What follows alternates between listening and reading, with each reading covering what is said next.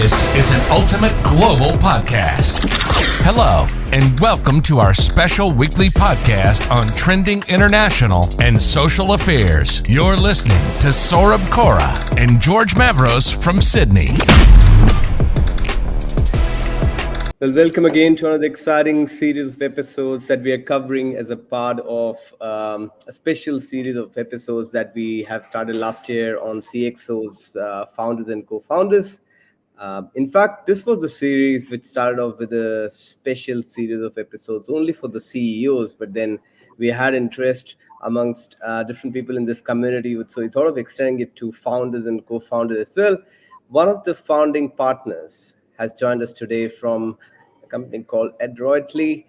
Ben is going to explain us more about that. And what we are going to discuss about today is how to build successful startups and scale-ups. I know this is a very interesting and intriguing topic for a lot of people out there who are building something of their own or just having an idea in their mind and they're just struggling to start something of their own. So uh, maybe Ben, start off with this thing and tell us a bit more about what you are doing at Adroitly as a founding partner, and then we can probably dig a bit deeper into other things.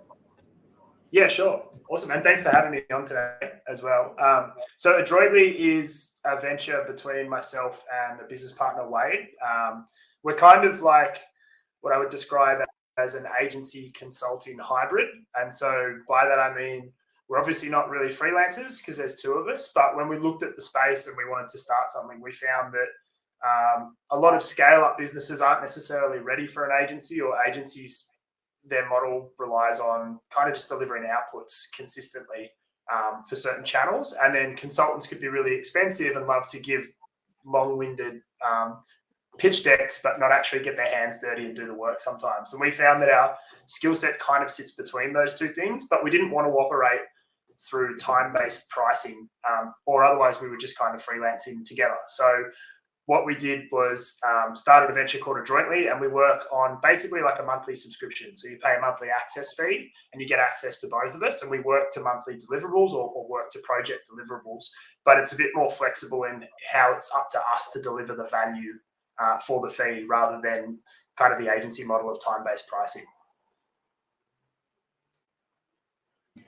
That's amazing. In terms of building a startup, have you found any challenges while you were building Adroitly at the beginning? Were there any doubts in your mind that what if it doesn't happen, or things like that, which many of the people who don't end up starting, they just start in doubt or they are afraid of failure? Did you have something of that in your mind? Yeah, there's always the fear of putting yourself out there and thinking like, what if this doesn't work? And I think everyone just experiences imposter syndrome as well. Like we're all just walking around pretending we're knowing what we're doing. And so the hardest thing for us starting has been, because the model is different to saying we're an agency or we're a consultancy, you kind of have to start from step one with educating people and convincing them that it's a good idea to pay us money to do things for them. So the sales process has been, I suppose, a little bit longer than we would like sometimes with getting clients on board. But we find that the handful of clients that we are working with have been sticking around so far, which is always a good sign to have good client retention. And also because the way the model works, and Wade and myself both have kind of a few side ventures or different projects and roles that we uptake, we're not trying to grow and scale massively. We want to have a handful of clients that we work with on a consistent basis that we feel like we can be hands-on with, not like we onboard them and then we palm off to someone junior to do the work, for example, because we're both problem solvers. Wade's been a media creative, I suppose, and a creative mind, creative problem solver for 20 odd years. And myself, I've been a strategist for 10. And so we actually like doing the work. But the flip side of that is we don't like doing the sales part, which is like talking yourself up. And so we're two non-sales people that are kind of on this journey of learning how to do sales when you run your own business as well. Sure. I think George will definitely have some points on sales, which is going to ask you later on. After this question that I want to ask you is related to the strategies, the topic for today. What do you think are some of the key strategies that you kind of adopted while building your startup And in general, do you have any recommendations or for people who might want to build a successful startup or scale up of their own? Scale up is something which, of course, comes at a later stage, but first of all, a startup. Yeah, for sure. And I think where I'm fortunate here is because I've worked in startups and done a lot of like marketing work for people that are starting their own businesses or trying to scale businesses or even larger businesses as well, is kind of applying the lessons that we've learned in doing the work ourselves to ourselves. And this might sound obvious, but the number one thing that I think is really important is do what makes money. There's so many, particularly startups out there, trying to do so much stuff that isn't bringing dollars in. And I think this is personal opinion, but I think too much of like in Australia, the startup ecosystem relies on like debt or sweat equity or people doing things that isn't making them money. But a good business makes money as quickly as they can. And sometimes that means you don't need lots of money. That's something I've learned. You don't need lots of money to start a business. You just need to be a little bit crafty and find out what your version one is. There's a great book called Company of One, which talks about like how do you build a company as one person. And one of the things, I can't remember the author's name, so I'm misquoting him here, but one of the things he talks about is like get to profitability as soon as you can, because then you unlock the right to do all the fun things that you want to do and spend money on logos and branding and fancy websites and big marketing campaigns. But if you don't have any clients, you're not really a business. You're just an idea or a theory. And I think as soon as you can get out of theory into the practicality, you're going to be better off. So that would probably be my first one. And then I think my second point, which ties into that, is it's so much of it is about avoiding distraction, because again, some of those things I just mentioned, we love shiny logos and cool brand index and awesome websites, but sometimes you just need a landing page, or you don't need a website at all to actually get started. There's so many things that I could fill a day with that don't make us any money, that are arguably like useful, but they're not essential. So for me, it's about going like, what are the essential items that we need to do either to grow our business, like bring customers in, or to service our customers so that they keep paying us. And then a third one I would say is probably just knowing your audience or putting yourself in the mindset of your audience. This is something I've kind of pride myself on, I guess, as a strategist, is understanding that so much of what we do, no one else cares about. And there's so many brands out there doing so much stuff that might look cool or it's awesome, whatever, but it's me, us, I. And it's not about you. And like the more you stuff you can put into whatever you do when you're speaking to a customer, and actually like that's what a business is. It's solving problems for people that need problems solved. And that people are willing to exchange, value for that problem solve. And so much of what we do, we think people care about. You land on so many startup or scale up websites these days, and you look at it and go, I have no idea what you guys do. It looks awesome. It looks like an Apple commercial and it all sounds great and we're revolutionizing and we're innovating and stuff, but what do you guys actually do?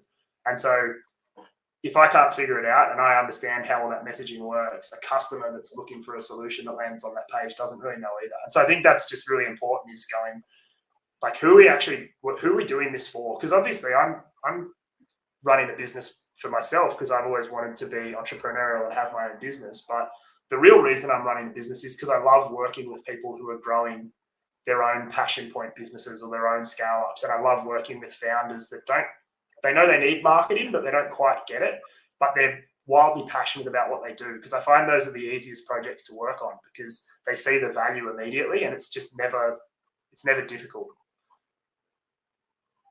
Absolutely. I think knowing your audience is the most critical thing, because if you don't know whom you are selling to, then you kind of don't know what you're doing.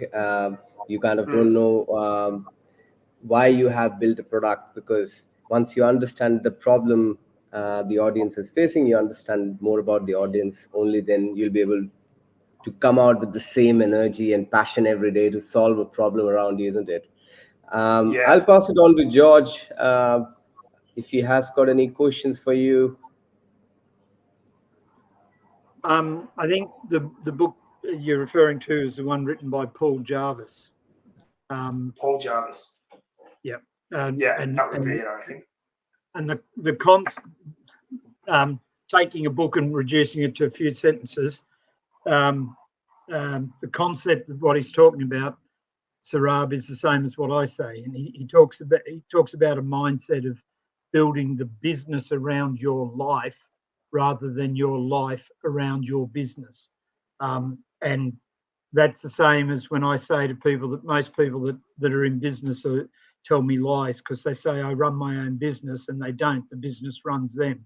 Whereas for me, I run my own business. I do the work that I want to do. I don't do the work that I don't want to do. If I want to do charity work, I do charity work. So Jarvis's approach is his terminology, his words, but singing from a similar hymn book. Yeah. So, what sort of work do you actually undertake for people, Ben? What if they're engaging you and they're paying you? What are you actually doing for them? Yeah. So it's I guess there's the blessing and the curse of what we do is that Wade and myself we've got quite a breadth of skills, and so pretty much every LinkedIn guru or marketing book you read these days tells you to niche down and find your niche and find your niche, find your audience. And so for us, we tried to like bucket, I suppose, the skills or the things we want to work on. And we find for a lot of businesses who are maybe moving from startup to scale up, it's really about brand building, because a lot of businesses these days, to generalize, live in a world where you can build a sales funnel online and you can convert people and create sales for a product that you have, but not really have a brand that stands for anything. And then when you get to this sort of a critical mass or a point where you want to scale, they realize that they haven't built a brand. They've just kind of sold a product, and that's got them to a certain point. And brand building is really different, and it becomes a challenge for a lot of people because it's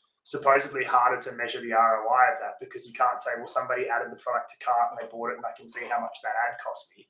So it becomes scary for people that have come from a lot of the time heavily measured channels to then going, we're going to spend a bunch of money on stuff and be unsure if it works, or it might not have immediate effects. So a lot of brand building stuff, but then we have these kind of unique projects where we're working with clients in, say, we've got one large company we work with who came to us and said that they had been trying to hire a head of learning and development for 6 months and couldn't find the right person. And so they said to us, how would you approach it if that was a brief, not a job ad? And so we built them a custom learning platform for the business, because they found that they had these learning platforms, but they were all kind of generalized content. They sit in a library. No one ever really accesses it. And so we started by undertaking a research project and going, what's changing in corporate learning, or what's changing in learning in general? And then how can we make a program that's actually going to engage staff? So that was a really interesting project, because it was a lot of short form, vertical video, some quizzes that make sure people are listening, but then going in and doing in-person workshops or recording podcasts with people from the business. So if you're talking about sales tactics, you're actually using real life examples that the team might be experiencing, not just looking up sort of the trivial knowledge on YouTube. So from that, I guess sort of like custom learning programs has sort of become a product or an offering that we have. And in similar veins, we're looking at things like building any kind of programs for businesses that maybe have a service that they offer, but their value is limited once they go and provide that singular service, such as like a workshop to a client. And then that client isn't going to book the same workshop 3 or 4 times a year. But if they can build out a program where they can come in once a quarter and deliver different topics or areas of expertise to a client, they can actually charge more and deliver a program and deliver more value. And so, for example, if you sell a workshop at $2,000 a workshop, instead of having to book 10 workshops to make 20 grand, you can sell a program for 20 grand to a larger business and go in once a quarter and deliver 4 workshops and make 20 grand. But a lot of people that have the skills to maybe deliver those workshops don't also have the skills to see that sort of perspective, or they need a bit of guidance getting through. And I think that's where having a really like diverse range of skills allows us to do all these kind of abstract jobs. We sort of talk about sitting in all the projects that are between job titles. So if you speak to any CMO or CTO or CEO or founder and say, what are the 3 things that would change your business right now? I guarantee most of them can go this, this, and this. One's usually something about growth. One's usually something about people development. And one's usually something about process. But no one in the business has a job title that means that's their responsibility. So they just kind of work through these bottlenecks instead of addressing them. And I think that's where we can come in and be quite cheap and agile compared to bringing on full-time resources or having to deal with consultancy, and we get a really good understanding of a business quickly and then build them sort of custom solutions just to help them grow in whatever sort of form that looks like. And do you work in all segments, or are you targeting particular parts of the marketplace? Wade and myself both come from or started in media, so we've got a pretty good media network and just media understanding. So the media space is one that we sort of gravitate to. But I've also worked in tech in sort of platform businesses, and I love the problem solving that comes with tech businesses. So we sort of play around in that area as well. And then we've sort of unlocked this really unique niche in the mental health or sort of wellbeing space outside of Adroitly. I work as a facilitator and sort of, I guess, a public speaker in the mental health space, which is something I've done for a couple of years now. And I fly out to mine sites in regional Australia and present a wellbeing program to miners, which is a really unique kind of opportunity that fell my way. But being in that space has given us really good insights into how you connect with people who are trying to improve their wellbeing or people that have poor mental health. And just as a result of talking about that, we get a lot of founders who are building either wellbeing platforms or have sort of mental health and wellness-based businesses, finding that we're quite valuable because we understand the sort of business growth side, but we also deeply understand the sort of passion and the purpose of why the business exists. And that's always the best work to do, because when you're working on something that your values align with the founders and you're passionate about it and you care, it's just it's much more fulfilling than some of the mundane stuff. And it's probably why I didn't stay in an agency job, because after 2 years, you kind of look around and go, if we've got a similar client roster to what we've had, and I've done FMCG or supermarkets or insurance, it can get a little bit dry and you start seeing the same problems and the same briefs. And that is for some people, but it wasn't really for me. So that's kind of why we ventured out, I suppose. And I think I'll always be able to do a media brief, but the stuff that is in the tech space or the human and the people space is much more interesting to me because it's a challenge and it's different. And I was just seeing on your LinkedIn profile that you're running a newsletter, which you already told about, which is a mix of marketing and mental health. So how did that idea come into your mind? Was it because you saw somebody around you suffering from mental health, or was it just that you wanted to help people out in this space? Yeah, so the mental health journey for me, I suppose, started probably 6 to 7 years ago now.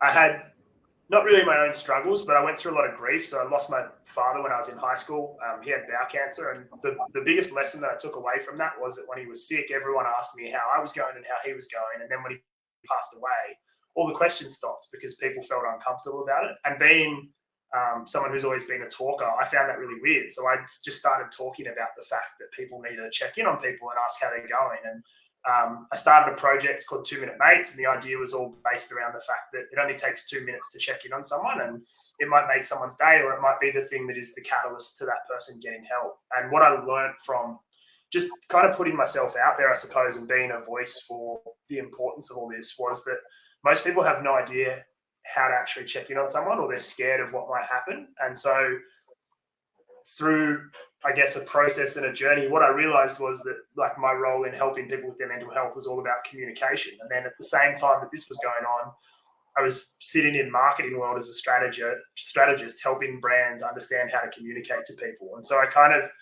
sat back and went, I love both of these spaces. How can I look at what the similarities are, I guess, between them? And then is that like a kind of a model or a framework that I can own? And so now what I do is talk about the overlap of mental health and marketing, really being that it's about communicating a message or building communication skills, forming connections with people, and being a part of a community. And that almost forms like a triangle. And I think if a brand nails that triangle, they get their message across, they form connections with people, which is really customer service. And then they form communities. That's how you retain clients, or you make people feel like they're a part of something, or they want to be a part of your brand. And it's so much research and books and information around the importance of community and connection for mental health. Like people just want to be a part of a tribe or feel like they belong. But for a lot of us, the barrier is just the communication piece, because men particularly, we don't grow up and get taught how to communicate our feelings, so we suppress them. Women tend to communicate a lot better, still with its challenges. But if you go broader than just genders, because I don't want to stereotype, and look at society, we just don't communicate very well. And like in a mental health perspective, but then in a marketing perspective as well. Like a lot of brands don't get it right. And so I love that I can now sort of combine the stuff that I've done as a career and the stuff that I've done as a passion.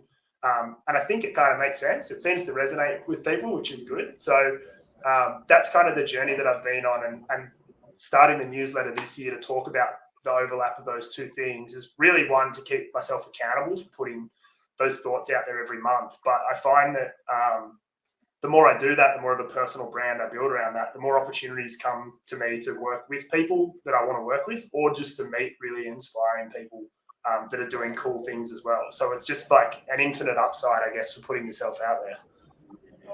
Have you looked into this app called Meetups? I don't know if I've looked at meetups. I've looked at a bunch, because I actually I did an accelerator program. It was probably 2 years ago now, because I wanted to look at building like a social calendar app. It was like, I'll play around in the tech space, because I always find it really bizarre that it's easier for me to book a meeting with my colleagues than it is to catch up with my friends.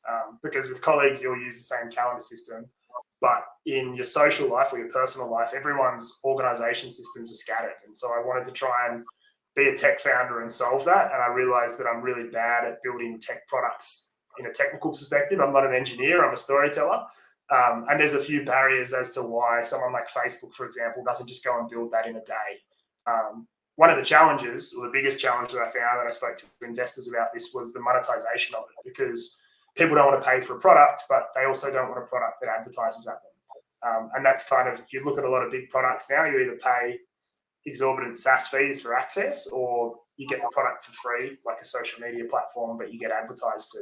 And my whole gripe was that I don't want to run a product based around advertising, because then it's really an attention model, and I'm trying to get people off screens. I'm trying to get them to spend time with each other in the real world. And so you can't run a product that is based on capturing people's attention for as long as you can to make as much money if you're telling them to go outside and be with people and be a part of something. Absolutely. What do you think about this, George? The importance of community building is now getting more and more important with people suffering from mental health. You're associated with a charity to help people come out of, helping people who are suffering from domestic violence or who don't have shelter on their head.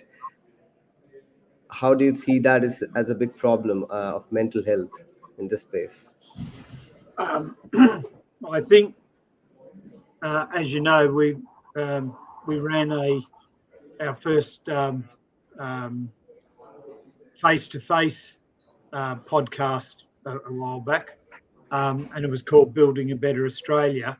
And that actually came from you and I talking about, we're never going to get rid of the need for charity. We're never going to get rid of people that need help. And if anybody thinks that we are, you're just living in a fool's paradise.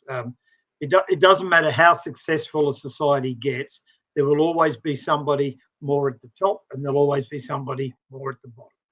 And so rather than have this utopic or utopian idea that we're going to remove it, we should be spending more time thinking about how we share the load to help solve it and to help solve problems for people.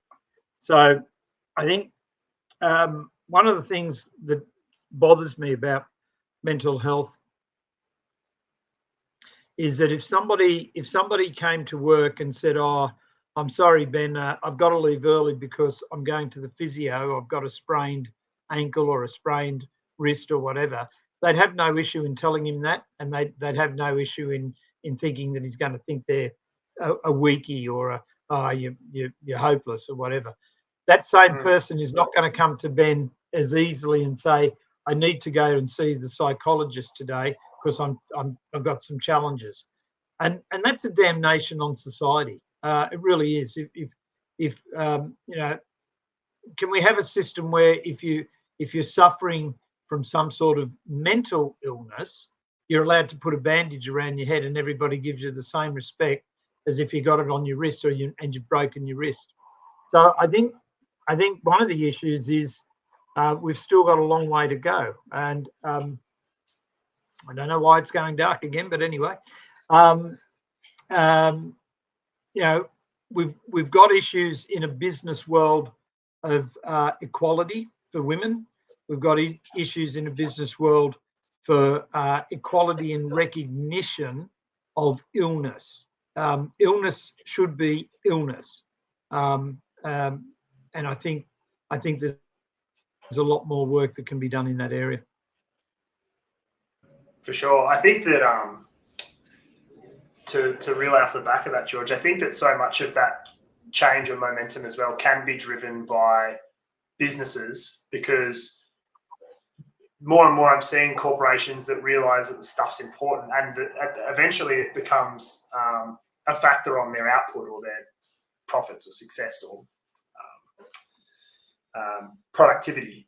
And so I think the more that we get through the private sector buying into this stuff and creating systems change and sort of investing in their people more, the more and more normalized it's going to become, because it tends to be that we only have so much limited public resource, I suppose, and you can look at funding for psychologists and things like that, and the stats that are coming out, and realize that we don't have the public infrastructure to get people the help that they need, and people don't really step forward publicly and go, I'm going to go speak to a GP and get a referral to a psychologist, because they just don't, the barriers are still there. So I think the workplace is a really important kind of weapon or tool for us in the battle, so to speak, to try and get that equality. Yeah. So coming back to today's topic, Ben, I want to ask you one last question before we kind of wrap up for today's episode. What's the biggest lesson that you have learned while building your startup? Any lesson that you learned that you want to go back and might want to say that I could have done a bit differently, or that's what I learned out of this particular thing, which went slightly out of the way? Because a lot of the times when you're planning certain things, they might not go exactly the way you planned it for, isn't it? Yeah, totally. I think, other than really generic advice I could give somebody who's thinking about starting a business, which is like, just do it and like put it out there, I think it's like trusting your gut so much.